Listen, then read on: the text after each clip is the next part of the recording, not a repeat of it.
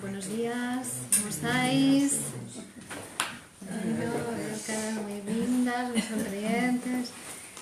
Bienvenidos al curso Fundamentos Epistemológicos del Psicoanálisis, clase 9. Nos quedan esta clase y dos más para terminar el curso. Así que probablemente en la semana que viene ya os informe de la planificación para después de Semana Santa, ¿vale? Porque hacemos esta clase, dos más, viene la Semana Santa, vacaciones de Semana Santa, y después vamos a continuar.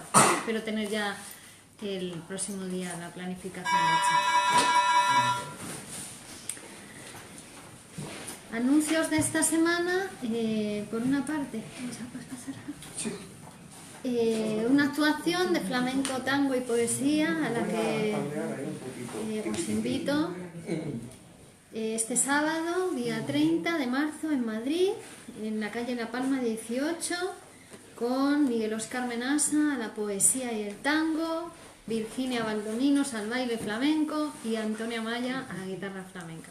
Una preciosidad de espectáculo que os recomiendo a todos, maravilloso. Además es una salita pequeña, muy cerca, el público está muy cerca de los artistas y muy bonito, muy bonito. Bueno, eso es sábado. Y deciros, hola, buenos días.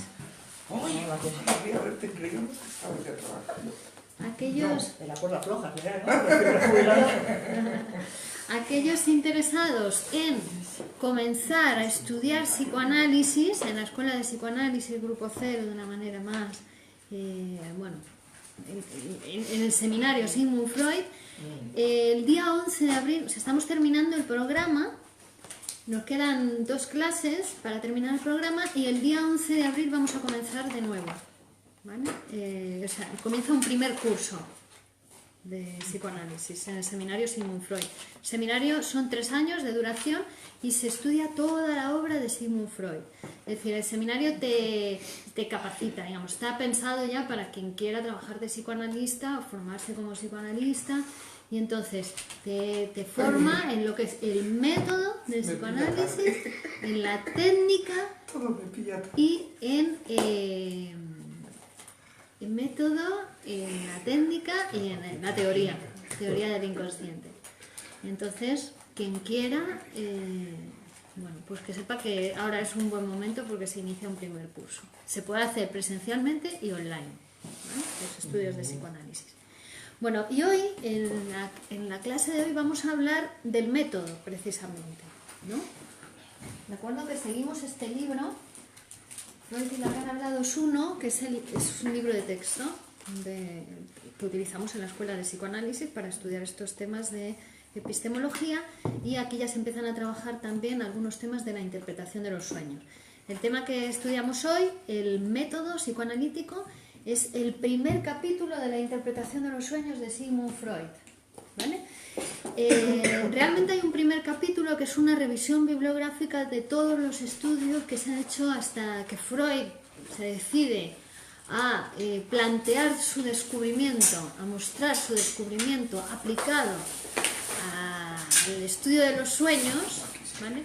Hasta ese momento hubo pues una gran cantidad de estudios, de revisiones, de escritura acerca de los sueños, porque es algo que le ha preocupado al ser humano desde siempre, desde que es ser humano, ¿no? Se han hecho ciertas preguntas: ¿por qué, ¿no? ¿Por qué se sueña? ¿Por qué se muere? ¿Por qué? ¿De dónde venimos? ¿A dónde vamos? ¿No? Pero los sueños han sido siempre un tema de interés para el ser humano. Entonces, Freud escribe la interpretación de los sueños, y cuando termina de escribir la interpretación de los sueños añade un primer capítulo al libro, que es una revisión bibliográfica de todos los estudios que ha habido hasta ese momento acerca de los sueños y cómo se ha planteado, qué abordaje se ha hecho. Eso lo añade después, pero realmente el primer capítulo que él escribe es el método de la interpretación onírica, ¿vale? Y hoy vamos a hablar desde este punto de vista de la epistemología acerca del método, ¿vale? Y quizá lo primero que nos tenemos que preguntar es: ¿qué es un método? ¿No? ¿Qué podemos definir por método? ¿Qué entendemos por método? ¿No? Buenos días.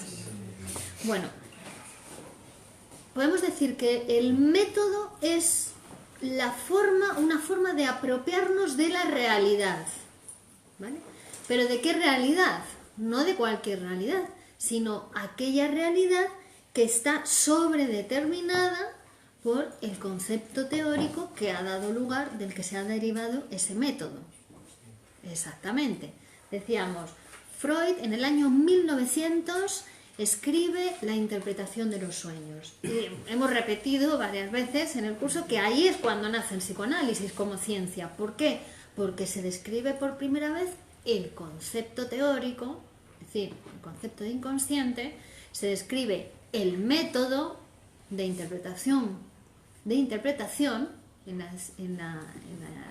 el libro La interpretación de los sueños se habla del método de interpretación, que ya veremos después que en 1939 Freud va a ampliar esto y va a decir, el método es de interpretación-construcción, ¿no? Que también a lo largo de la obra de Freud el método científico se transforma, sufre una transformación, como en toda ciencia. A medida que va transformándose la teoría, el concepto, la teoría, ¿no? El método que se deriva de esa teoría también se va transformando, ¿no? Como en toda disciplina científica, ¿no? Que no es una religión, que no es una doctrina, es una disciplina científica, ¿no? Entonces, Freud, el primer capítulo que escribe es el método, ¿no? Pero ya hemos dicho también que el método se deriva del concepto. Es decir, lo primero que nace, por decir de alguna manera, es el concepto teórico. Y de las características de ese nuevo concepto que no existía hasta ese momento, que es el concepto de inconsciente, ¿no? Que no juzga, no calcula, no tiene tiempo o tiene otro tiempo, que solo le interesa transformar, ¿no? De ese concepto se deriva un método, porque a ver, ¿cómo vamos a apropiarnos de la realidad? ¿Cómo vamos a apropiarnos de esa nueva realidad que producía el concepto inconsciente? Entonces, no había manera. Entonces, se deriva de ese método, ¿vale? Pero en la interpretación de los sueños, lo primero que nos habla Freud es del método. Entonces, ¿ves? El libro de la interpretación de los sueños es un libro ya de exposición. Es decir, cuando Freud escribe la interpretación de los sueños, ya está exponiendo su descubrimiento. No es un texto de investigación, sino de exposición. Ya tenía todos los elementos para que fuera posible esa escritura. ¿Vale? Entonces, el método es el modo de apropiarse de la realidad que lo determina. Es decir, el método psicoanalítico es el modo de apropiarse de la realidad psíquica inconsciente. ¿Cuál es el método? Es la interpretación, ¿no? Es decir,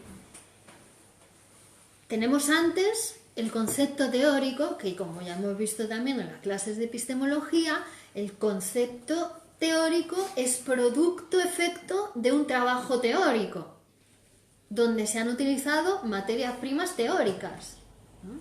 Tenemos materias primas teóricas, se ha trabajado con ellas, ¿no? Y ha dado lugar a un concepto teórico nuevo, concepto inconsciente.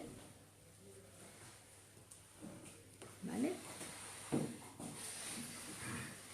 Y ahora, dice Freud, el método es de interpretación. Quiere decirse que va a producir algo nuevo el método, ¿no? Teníamos el concepto inconsciente, pero ahora para cada paciente, ¿no? En la práctica técnica vamos a tener que producir el inconsciente de fulano de tal, ¿no? Utilizando ese concepto de inconsciente, ahora entra en otro proceso de trabajo como instrumento de trabajo para nosotros, ¿no? Ahora llega el paciente, llega con su discurso, eso va a ser la materia prima, y nosotros, manejando la teoría del inconsciente, el método y la técnica, vamos a producir el inconsciente de fulano de tal.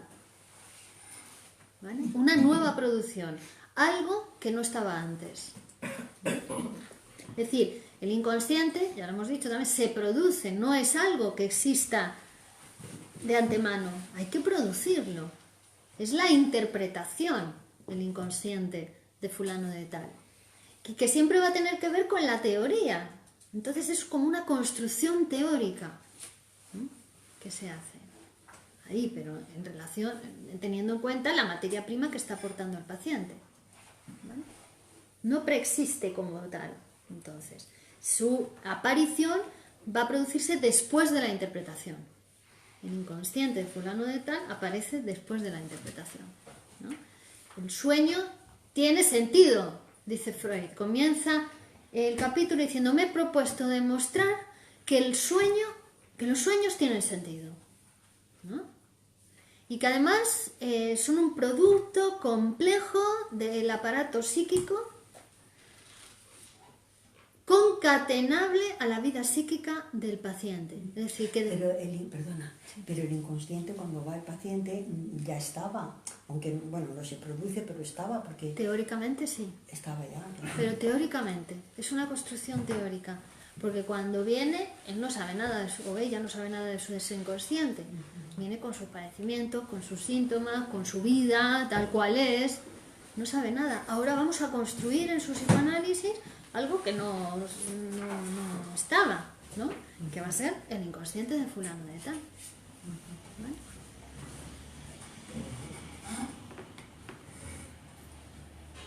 Entonces dice, el sueño, una vez interpretado, tiene sentido. Es decir, después de ser interpretado. Si no, pues yo hoy he soñado no sé qué, ya está. Te quedas ahí, ¿no?, en la manifestación, en lo manifiesto. Pero después de interpretarse, el sueño tiene un sentido. ¿Y cuál es la tesis que va a desarrollar Freud a lo largo de toda la interpretación de los sueños?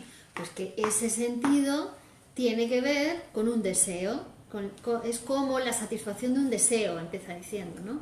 Después, como la satisfacción de un deseo sexual. Y después va a ir añadiendo infantil y reprimido. Pero esa es toda la tesis que va desarrollando a lo largo del libro de la interpretación de los sueños, ¿no? Y me he propuesto demostrar que los sueños tienen sentido y que además tienen que ver, ese sentido tiene que ver directamente con la vida psíquica compleja del soñante.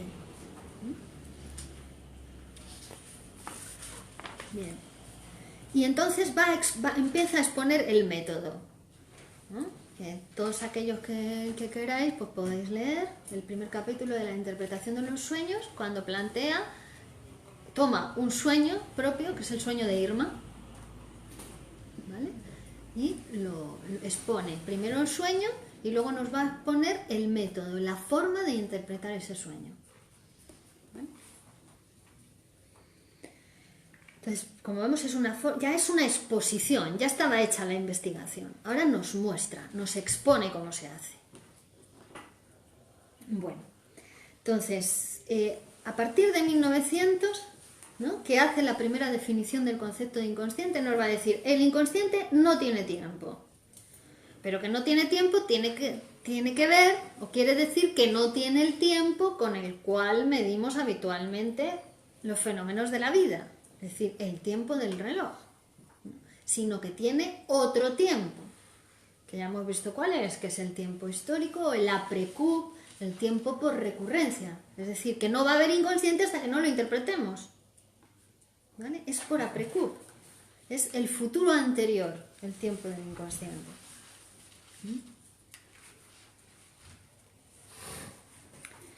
Entonces, los métodos científicos que se ganan el estatus de científicos, ¿no?, son métodos, como decíamos, que se modifican, que se van modificando en esa articulación, teoría, método, técnica, a medida que la teoría va ampliándose o va transformándose, también se transforma el método, ¿no?, por interpretación. Del mismo modo que el psicoanalista se tiene que transformar, se transforma a medida que se va formando como analista y se va psicoanalizando. Si no, no hay psicoanalista, ¿no? Bueno, pues el método científico se va modificando, ¿no? Y, como hemos dicho, en el caso del psicoanálisis, el método va en el 1939, cuando Freud escribe Construcciones en psicoanálisis, ya va a decir: el método no es solamente de interpretación, sino interpretación-construcción. Esto, veis, 39 años después de definir por primera vez el método. Es decir, toda esa articulación teórica ha llevado a decir que el inconsciente, no se agota en una interpretación, ni en 2 interpretaciones, ni en 3 interpretaciones, ni en 4 interpretaciones. Que no se agota el inconsciente, por muchas interpretaciones que le hagas. Entonces lo que se va construyendo en el análisis es una construcción, ¿no? Se va construyendo la historia de deseos. Si una interpretación es el deseo inconsciente, sexual, infantil y reprimido, ¿no? Una interpretación más otra interpretación, más otra interpretación, más otra interpretación, van haciendo la construcción de la historia de deseos inconscientes de ese paciente. ¿De acuerdo? Bien. Entonces, el método se desprende materialmente de la teoría. Y también la técnica, que en psicoanálisis, ¿os acordáis cuál es? No me acuerdo, te lo iba a preguntar. Es la asociación libre en transferencia. Bueno, también se desprende de ese objeto teórico que es el concepto de inconsciente. ¿Asociación libre qué es? Noemí. Relacionar y hablar, bueno, que el paciente te cuente todo lo que se le venga a la cabeza. Exacto. Dejar fluir las ideas, dejar fluir las sensaciones, los sentimientos. Y decirlo en voz alta. Claro. Sin temor, sin pudor, sin miedo a lo que el psicoanalista pueda opinar, porque el psicoanalista no opina, solo escucha, ¿no? Eso es la asociación libre, decir en voz alta, a ver dónde conducen esas palabras, cómo se van concatenando las ideas, cómo van asociando, porque no está, el inconsciente no está en el contenido de lo que dice, sino en lo que las palabras se dicen entre sí, cómo se relacionan las palabras. Ahí va a estar la posibilidad de interpretar del analista, ¿no? De producir lo inconsciente, ¿no? Entonces el psicoanalista no se queda en lo que dice, ay, mira lo que ha dicho, o cómo puede pensar así, ¿no? Eso sería el racionalismo, o la lógica, ¿no? Quedarse, pues no tiene ningún sentido, no. El analista escucha porque el sentido va a venir después de la interpretación, no antes de la interpretación. Antes es todo preconsciente, ¿no? Es decir, aquello a lo que puede acceder el paciente con un pequeño esfuerzo de atención, ¿no? Cuando le decimos, asocia libremente, diga usted todo lo que se le ocurra, ¿no? Entonces el paciente hace un pequeño esfuerzo de atención, no de concentración, no es la actitud del pensador de Rodin, ¿veis? Que es constreñido y pensando, no, es tumbado en el diván, es apertura, es decir lo que le vaya pasando por la cabeza, aunque no tenga que ver con él, aunque le parezca que él o ella no piensa así, ¿no? Es muy interesante eso, ¿no? Si yo esto no lo pienso conscientemente, ¿no? Es decir, uno también va conociéndose, ¿no? Y se le puede ocurrir al paciente, se le puede ocurrir algo distinto que no estar metido en la vorágine de esa de siempre quejándose, siempre el síntoma, siempre contar lo mismo, lo que me pasa, lo que tal, pum. Puede salir que de momento surja algo nuevo. Claro. ¿Sí? Claro, eso es lo que consigue la interpretación. Abrir una nueva puerta. El psicoanálisis abre puertas. Puertas que estaban cerradas para la persona completamente. Hay puertas que están cerradas para cada uno. Hay puertas que están abiertas y puertas que están cerradas. Entonces el psicoanálisis permite que puertas que están cerradas se abran para ti. Luego tú decides si pasas por esas puertas o no pasas por esas puertas.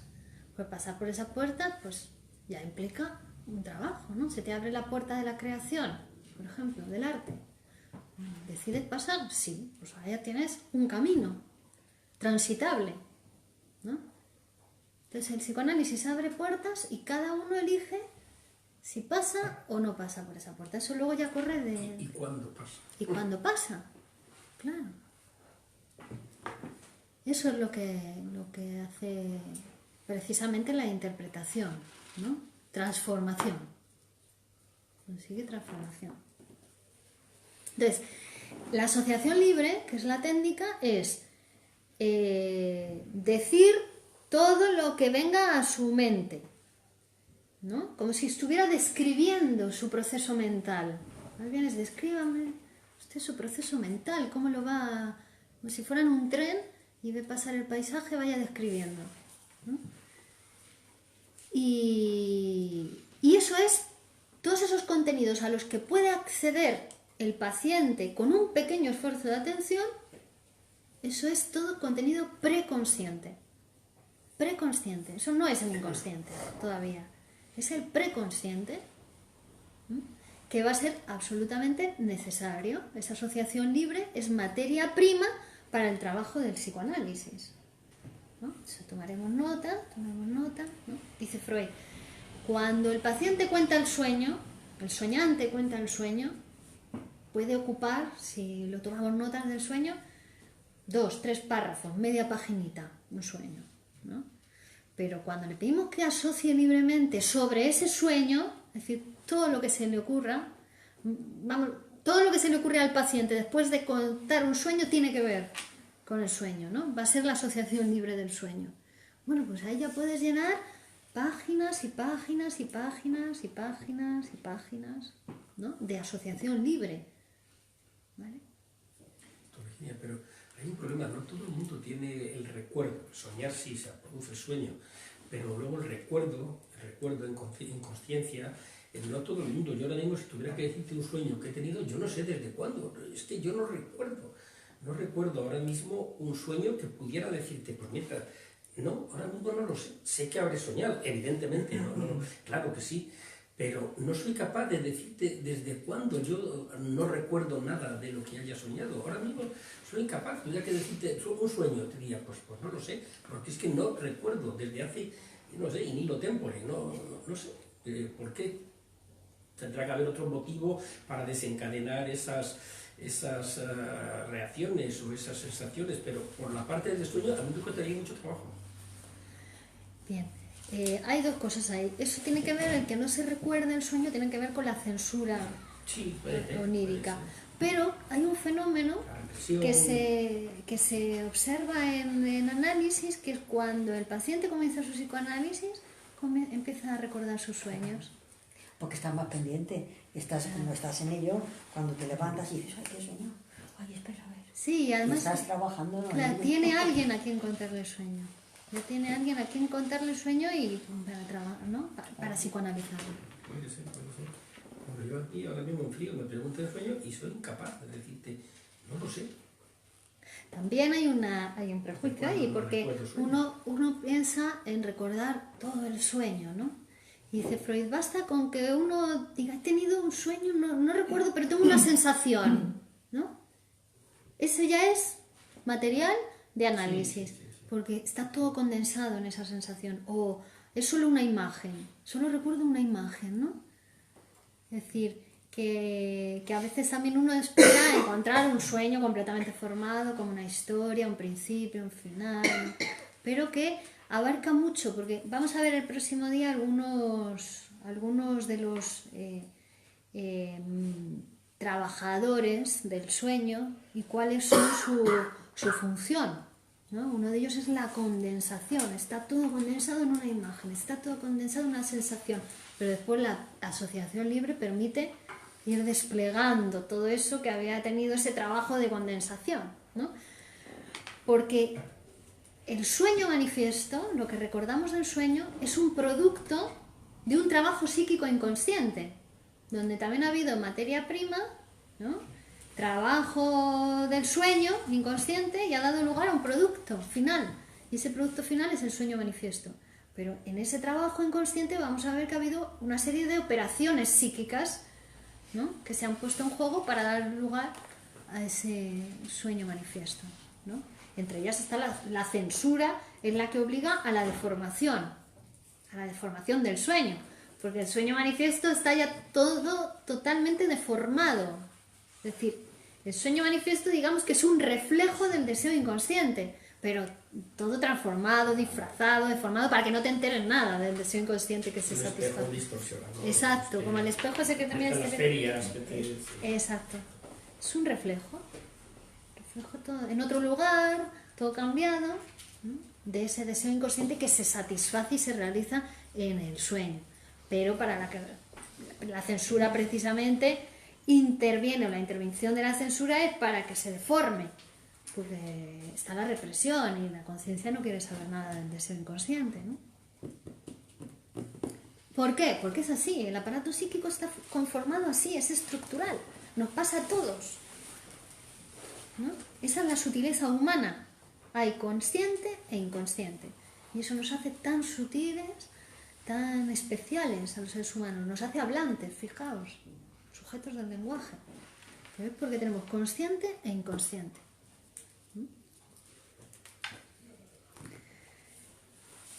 Vale, entonces, la asociación libre permite acceder a los contenidos preconscientes. Es decir, contenidos que no son conscientes todo el tiempo, porque si no se colapsaría nuestra conciencia, que tiene una capacidad limitada. La conciencia es un órgano para la percepción, para recibir estímulos, entonces no se puede quedar ahí. La memoria no está en la percepción, no está en la conciencia. La memoria está en otro sistema del aparato psíquico, porque si no se colapsa la percepción. ¿Vale? Entonces,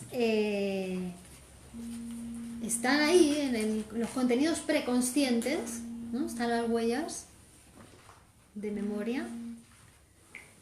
Cuando hacemos asociación libre, accedemos a esos contenidos preconscientes. Hasta ahí puede llegar el paciente, a la asociación libre, ¿no? Asociación libre. Pero hay un momento en que la interpretación va a venir a puntuar, a interrumpir, a reescribir, a dar un sentido nuevo, ¿no? Porque también es la puntuación la que da el sentido a la frase, donde pongo la coma, donde pongo el punto, me hace que la frase tenga un sentido u otro, ¿no? Este es un curso, punto. Eso es un sentido. Este es un curso de psicoanálisis, punto. Tiene otro sentido. Este es un curso de psicoanálisis que en 3 días va a finalizar, punto. Tiene otro sentido, ¿veis? Le pongo la puntuación, ¿vale? Bien. Entonces, tenemos una complejidad teórica, ¿no? Que hemos visto, ¿no? El concepto de aparato psíquico, tenemos el concepto de inconsciente que sobredetermina a todo lo que acontece en los límites de ese aparato psíquico, ¿no? El concepto de represión, el concepto de transferencia, el concepto de pulsión, ¿vale? Esos conceptos forman parte de la teoría del psicoanálisis. Bueno, todo ese complejo teórico determina el método. Métodos de interpretación. Porque el inconsciente como tal nunca va a acontecer en la conciencia, nunca jamás. Todo lo que acontece en la conciencia ya son efectos del inconsciente, reflejos del inconsciente, ¿no? Mis sentimientos son reflejos del inconsciente, por eso mienten. Por eso los sentimientos nos engañan.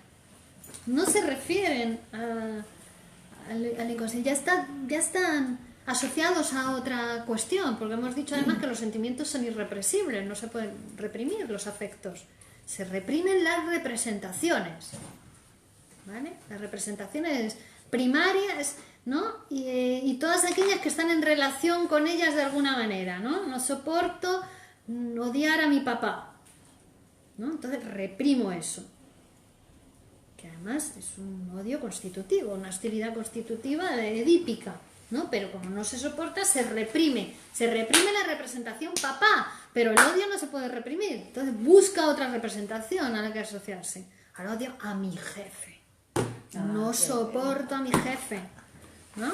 El odio a los jefes y toda la hostilidad hacia los jefes, ¿qué tiene que ver? Que son subrogados del padre, ¿no? Son sustitutos del padre, ¿no? ¿Por qué? El padre es una figura de autoridad, el jefe es una figura de autoridad, ¿no? El padre es el primer representante de la ley para el niño, ¿no?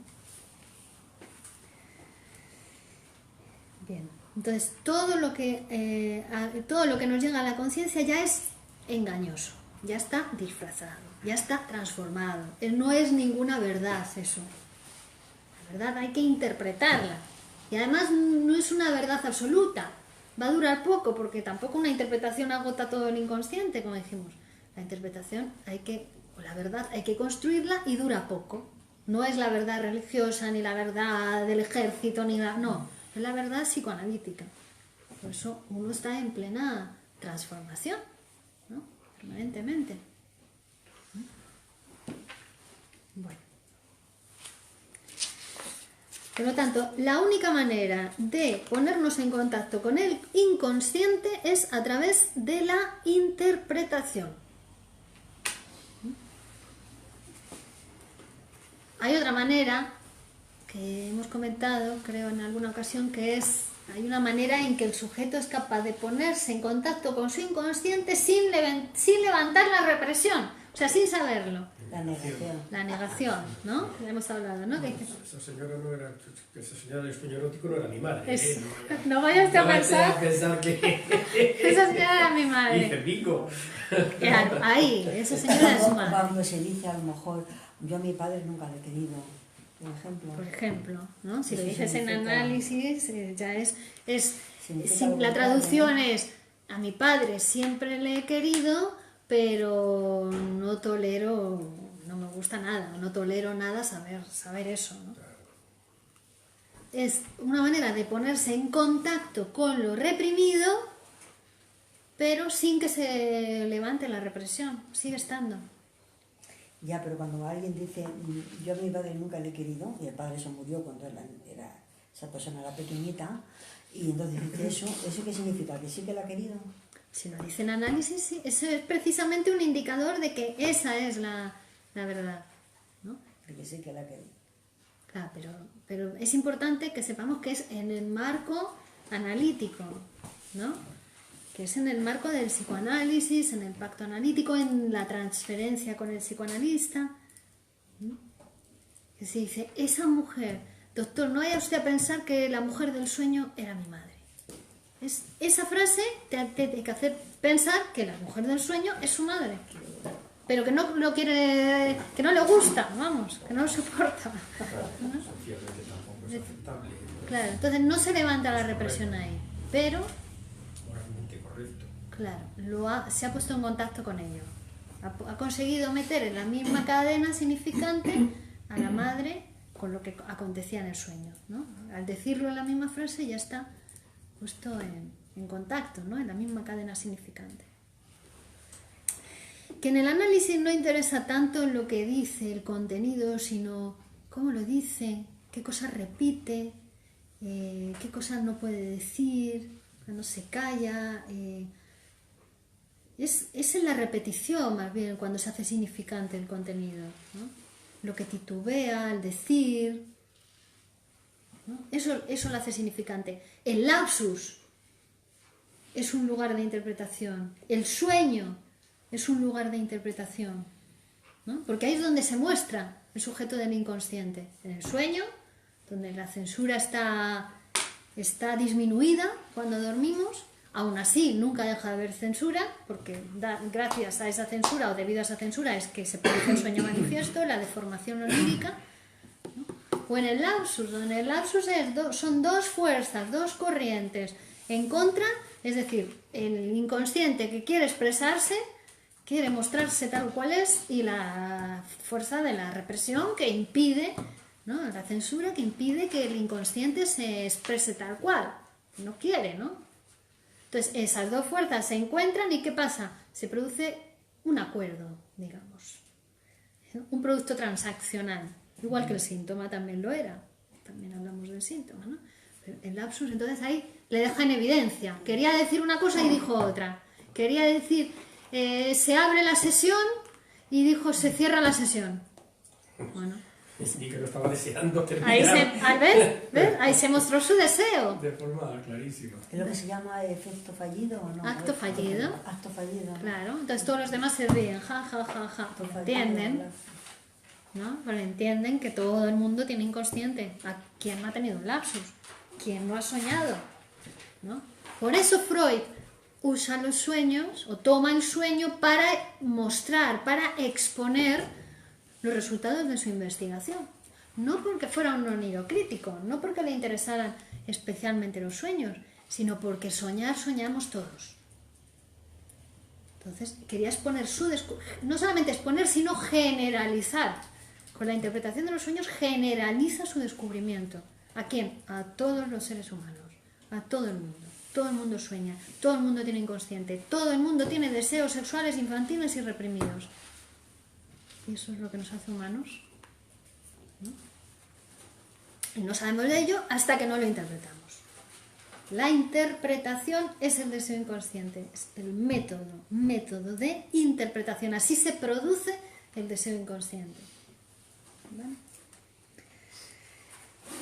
Entonces, la técnica, asociación libre y transferencia, que forma parte de la técnica. Es decir, no es asociar libre en cualquier lugar, ir por la calle asociando libremente, que te van a decir, se está como un plumero, ¿no? Está más loco que... No, es asociar libremente en transferencia con el analista, ¿no? Porque además en esa transferencia se van a poner en juego las relaciones, los sentimientos pretéritos del paciente, lo va a traer a esa relación transferencial, ¿no? Se van a teñir de esos recuerdos, de esos sentimientos, de esas relaciones pasadas, ¿no? Y ese es el trabajo que tiene que hacer el paciente, ¿no? Hablar libremente en transferencia con el analista. Y la transferencia se construye, también se produce por interpretación, es decir, tiene que ir, va a su hora, la hora que tiene fijada, todas las semanas va y habla libremente. Va a su hora y habla libremente. Va a su obra y habla libremente. Va a su hora y habla libremente. Y paga al final de mes o después de cada sesión. Bueno, pues eso va a producir los efectos de producción del inconsciente, de autoconocimiento y autotransformación. Eso es un trabajo, pero es el trabajo que tiene que hacer, ¿no?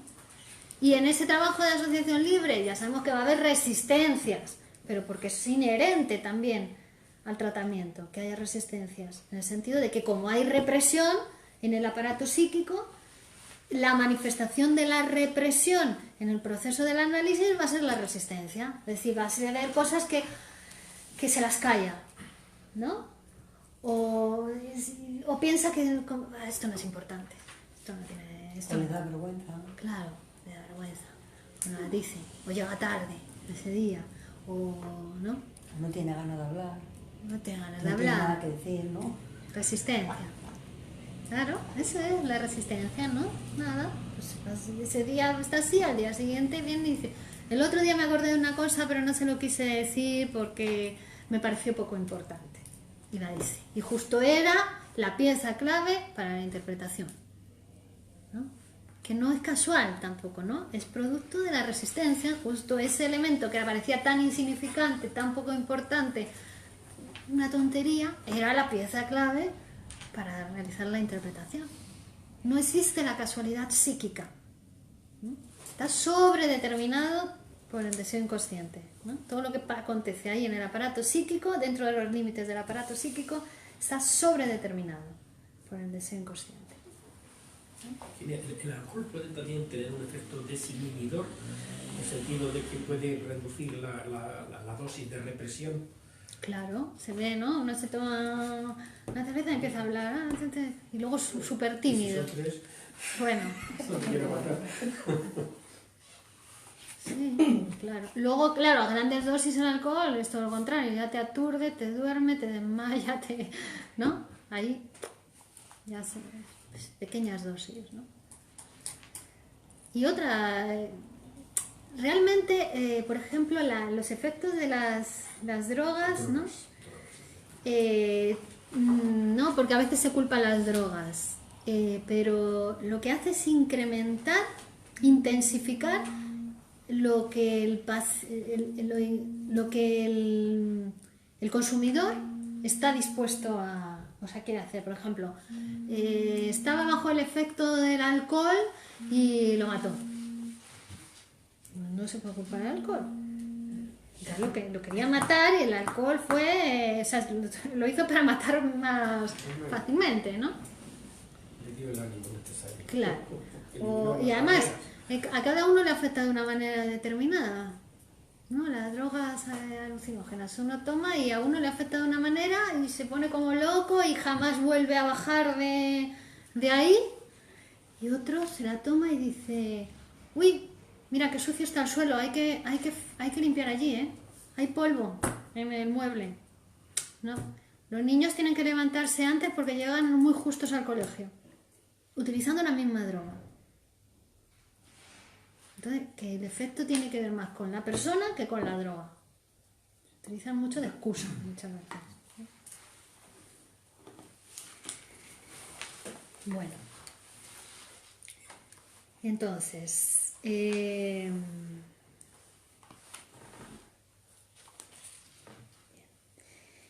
Freud dice que en la transferencia, para que se produzca la transferencia y acontezca, digamos, no hace falta que el psicoanalista haga ni diga nada, porque la transferencia se establece de manera espontánea. No hay que hacer, no hay que decir nada para que se establezca la transferencia, se va a producir ella sola en el tratamiento. Y la construcción del mundo psíquico del paciente en tratamiento va a comenzar en realidad por el psicoanálisis de la transferencia. Con la interpretación, lo que se va a interpretar son las ligaciones fantasmáticas de la libido del paciente. Porque el neurótico precisamente padece de que su libido, su energía psíquica, no está puesta en la realidad, ¿no? El neurótico fantasioso, fantasea que va a hacer esto, que va a hacer aquello, lleva toda la vida fantaseando, pensando que iba a hacer no sé cuántas cosas y no ha hecho nada. O ha hecho una y ha pensado que iba a hacer 80 cosas, ¿no? Entonces, su libido, su energía no está puesta en la realidad. Es decir, si toda esa energía de la fantasía la tuviera puesta en la realidad y en el trabajo, hubiera podido hacer todas esas cosas que deseaba, ¿no? Pero no las deseaba porque no las hizo, las fantaseaba. Ese es el neurótico, ¿no? Tiene toda su energía psíquica, su libido puesta en fantasmas. Se relaciona con fantasmas. El psicoanálisis va a permitir, digamos, sacarle de ese secuestro, tiene secuestrada su libido en esas relaciones para que esa energía, según se va liberando de esas relaciones fantasmáticas, se van poniendo en la realidad real, material, ¿no? Y por eso dice, enseguida empieza a mejorar. Con el tratamiento analítico empieza a mejorar su vida, sus relaciones con la familia, sus relaciones sociales, su trabajo, porque esa realidad, esa energía que empieza a liberarse, pasa a ponerse en la realidad, ¿no? Entonces, lo que se interpreta acerca de la asociación libre son las ligazones fantasmáticas de la libido. El neurótico no goza porque su libido, que es la energía sexual, la libido es la energía sexual, es decir, la energía que nos une a unas personas con otras, ¿no? O que te hace desear un coche o venir a un curso o estudiar, todo eso es con libido, energía sexual, lleva a la unión entre las personas, ¿no? Bueno, pues su libido, su energía sexual, no está ligada a ningún objeto real en el paciente neurótico, ¿no? Objetos fantasmáticos. Entonces, el psicoanalista va a tener que interpretar a qué objetos fantasmas, a qué objetos fantásticos, a qué objetos imaginarios está ligada la libido del paciente, ¿no? A veces no es ni siquiera a su mamá real, a su papá real, esos que tiene en casa, que ya son mayores, no. Es al papá y a la mamá de su imaginario, aquel papá, aquella mamá de los senos turgentes que le daba la teta.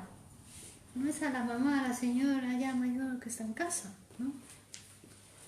Ahí son objetos imaginarios, objetos fantásticos o fantasmáticos.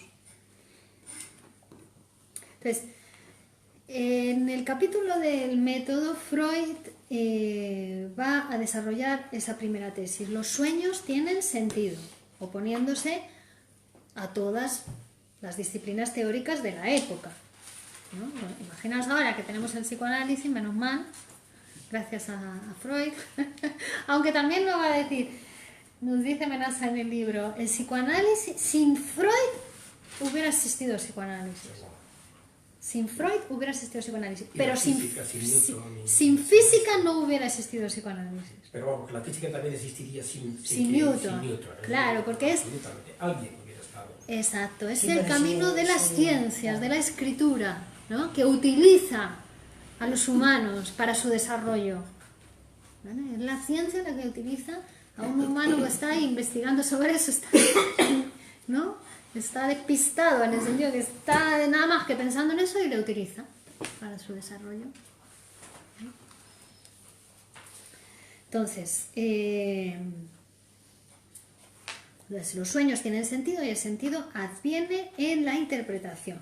Por más oscuro y raro y confuso que el sueño sea, ¿vale? Va a poder interpretarse y eso va a tener que ver con la vida psíquica de ese sujeto en análisis. Nos va a hablar más, la interpretación psicoanalítica nos va a hablar de la verdad del sujeto en análisis, ¿vale? No de los reflejos que es o que él cree que es, no, de su verdad inconsciente.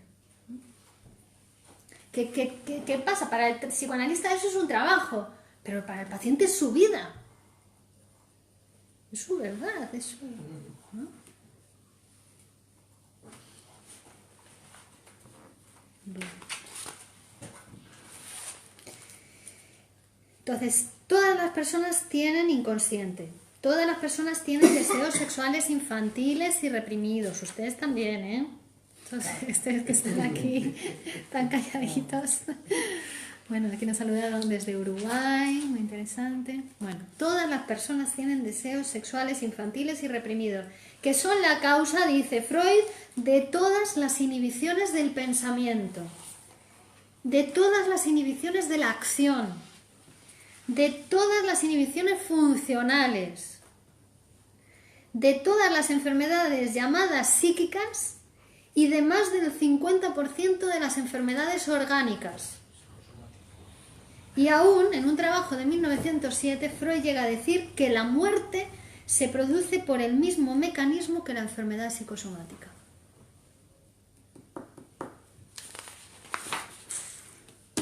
O sea, por la represión, la represión de un deseo sexual, ¿no? La muerte, ¿no? También. Por el mismo mecanismo de la enfermedad psicosomática, que ya veremos cuál es en la enfermedad psicosomática lo que sucede. Bueno, que el paciente psicosomático, ahí, en el fenómeno psicosomático, es decir, cuando enferma el cuerpo, ¿no? Porque en la enfermedad psicosomática ya hay una lesión orgánica. Vimos en la histeria, por ejemplo, cómo puede paralizarse un brazo, una pierna, pero no hay lesión. Es todo funcional, ¿no? Es por una frase, una palabra. Pero en el psicosomático sí, hay lesión de órgano. El agujero en el estómago, o un cáncer, o no, hay una lesión orgánica. Bueno, pues ahí en ese fenómeno psicosomático también hay una negación de lo psíquico en el fenómeno. Y dice Freud que ese mismo mecanismo de la enfermedad psicosomática es el mecanismo que usa, ¿no? Con el que se llega a la muerte. Entonces sí, produce esos deseos sexuales infantiles y reprimidos, producen el 100% de las enfermedades psíquicas, más del 50% de las enfermedades orgánicas. Que está implicado en todo. El sujeto psíquico está implicado en todo, hasta en el morir. Hasta en el morir. ¿Y qué mecanismo? La pulsión de muerte. La pulsión de muerte. ¿Qué mecanismo es ese de la muerte? El mismo de la enfermedad psicosomática. Sí, únicamente que el de la muerte no lo produce uno. Generalmente. Hay estadías, ¿no? ¿Eh? Sí, es una construcción también. Hasta la muerte es una construcción. No, pero aunque no quieras te vas a morir. Sí, Al menos de momento. pero ¿cómo te vas a morir? Todos nos vamos a morir, pero cómo se va a morir cada uno es una construcción. Y hasta en eso estamos implicados. Y además vivimos como vamos a morir, dice el psicoanálisis. No es que vayamos a morir como hemos vivido, no. Vivimos como vamos a morir. La determinación viene del futuro. No somos psíquicos porque hemos nacido, somos psíquicos porque vamos a morir. Claro, entonces es determinista la teoría de Freud, ¿no? Porque ya sabemos cómo Dios o quien sea, obviamente, sabe cómo va a morir. Entonces, a partir de ahí, ¿se lleva una vida así o de otra forma? No, pero la puedes reescribir. Puedes cambiar tu destino con el psicoanálisis. No es determinista, todo lo contrario. La sobredeterminación es inconsciente, sí. Es decir, si no hay transformación, tu sobredeterminación inconsciente te va a hacer vivir de una manera, pues yo qué sé, por ejemplo, mezquina. Vas a vivir mezquinamente y vas a morir mezquinamente, ¿no? Esa es tu sobredeterminación inconsciente, imaginemos, ¿no? Bueno, pero eso se puede transformar en análisis. Lo que se puede transformar precisamente en análisis es tu sobredeterminación inconsciente. ¿Ya? O sea, de forma que si hay una persona, yo conocí un caso, que tuvo una muerte espantosa porque no quería morirse, y se veía que se moría, se quería levantar. Y hay gente que lo acepta, he visto gente que lo acepta y sabe que se va a morir, y lo acepta. Esta persona no aceptaba que se iba a morir, eso fue horrible. Bueno, sufrió muchísimo porque vio que se moría. Entonces esa persona quiere decir que, como ha vivido entonces, angustiado, porque sí, está claro que murió de una forma muy peculiar, que dice mucho con su forma de vivir la vida, ¿no? Y, sí, vamos, que tal y como murió, Pues habrá vivido así. Que ha vivido así con una forma, no sé. Vamos, sufriente, ¿no? Sí, sí, que según él parece ser que se pensaba que no iba a morir nunca, ¿no? No, bueno, pero inconscientemente. Bueno, para el inconsciente no, somos inmortales todos. Claro, él sabía que todo el mundo se muere, pero él interiormente pensaba que no, porque fue una angustia impresionante. Claro, inconscientemente somos inmortales, no existe la representación muerte. Entonces... Ha vuelto a encender el pilotito rojo, sí. ¿Se volvió a encender? Al apretarle, como no abría, le he dado 2 o 3 veces y se ha vuelto a encender un pilotito rojo. Voy a ver si... De hecho, no sé si ya lo ha abierto.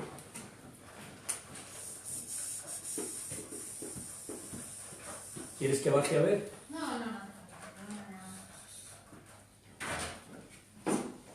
Sí, bueno, entonces según lo que te decía, a lo mejor lo que me llama a mí la atención ahora, a lo mejor eso es una persona que ha sido muy inconsciente, posiblemente, ¿no? Por ejemplo, el caso que no, para ser muy inconsciente hay que psicoanalizarse mucho.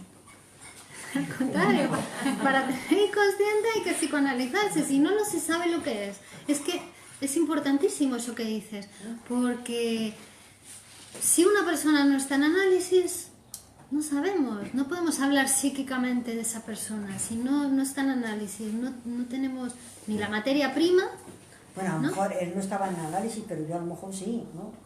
Y a lo mejor me puedo dar cuenta, por ejemplo, que no es el caso, pero yo a lo mejor me puedo dar cuenta el grado de inconsciencia que tenía esa persona. Hasta tal punto ni siquiera sabía que se tenía que morir, claro. Bueno, pero vamos a empezar a pensarlo de una manera científica. El inconsciente tiene el que se psicoanaliza, ¿no? Entonces, lo que tú puedes decir, el grado de padecimiento, el grado de enfermedad, de neurosis, de psicosis que tiene una persona que no se psicoanaliza, ¿no? Eso es así. Vamos a ver que hoy en día hay no sé cuántos millones de personas que necesitarían tratamiento psicoanalítico y no lo tienen. Entonces es salir a la calle y te encuentras con, de cada 10 personas que te encuentras, pues 7 necesitan tratamiento psicoanalítico. Y además hay un segundo también significado de inconsciente. O sea, decimos a veces, esta persona es un inconsciente. Lo que decimos que es irreflexivo, que no piensa las cosas, pero no tiene que ver nada con lo inconsciente. Claro. Son dos cosas distintas. Claro, que es un puede concepto... ser un inconsciente según el lenguaje coloquial, en el sentido de que es poco reflexivo, pero no hablamos ahí de lo inconsciente. Claro. No hablamos de aparato psíquico. Claro. Hablando de comportamiento, Claro, acordaos que la palabra inconsciente antes de Freud ya se había utilizado, desde Platón, pero decimos, es en la interpretación de los sueños cuando nace el concepto inconsciente, el concepto científico de inconsciente, psicoanalítico, ¿no? Entonces nosotros ya, que estamos en un curso de psicoanálisis, de fundamentos epistemológicos, vamos a leer la realidad desde ahí, teniendo en cuenta el concepto inconsciente, ¿no? Y hacer una lectura psicoanalítica de la realidad. Entonces podemos decir que el inconsciente se produce en análisis, el inconsciente de Margarita, el inconsciente de Virginia, el inconsciente de Noemí, ¿no? Se va produciendo en análisis y ahí, claro, te permite ver otras cosas y te permite mirar a tu alrededor y ves otras cosas, ¿no? Y sobre todo, a veces la ves alrededor antes de verlas en ti, Seguro. ¿no? Más fácil. Luego ya la vas viendo en uno cuando estás preparado. Se ve la paja Sí, recordar antes que la estás viga de proyectando propio. todo lo que tú tienes. Bueno, muy bien. Entonces, dejamos aquí por hoy y vamos a continuar con este tema el próximo día. Y el próximo día ya os voy a decir la planificación para después de Semana Santa, a ver qué otros contenidos vamos a seguir estudiando. Si me permitís una pequeña digresión, que esta mañana viendo la prensa pues me ha llamado la atención algo que tiene relación con lo que estamos hablando. Parece ser que se ha hecho una especie de estudio a nivel mundial del uso de las páginas de Internet sobre pornografía. Entonces, claro, en realidad ahí, al estar solo con el aparato se produce un pequeño psicoanálisis. Te estás confesando sin temor a que nadie te vaya a juzgar, puesto que esto es anónimo completamente con la pantalla.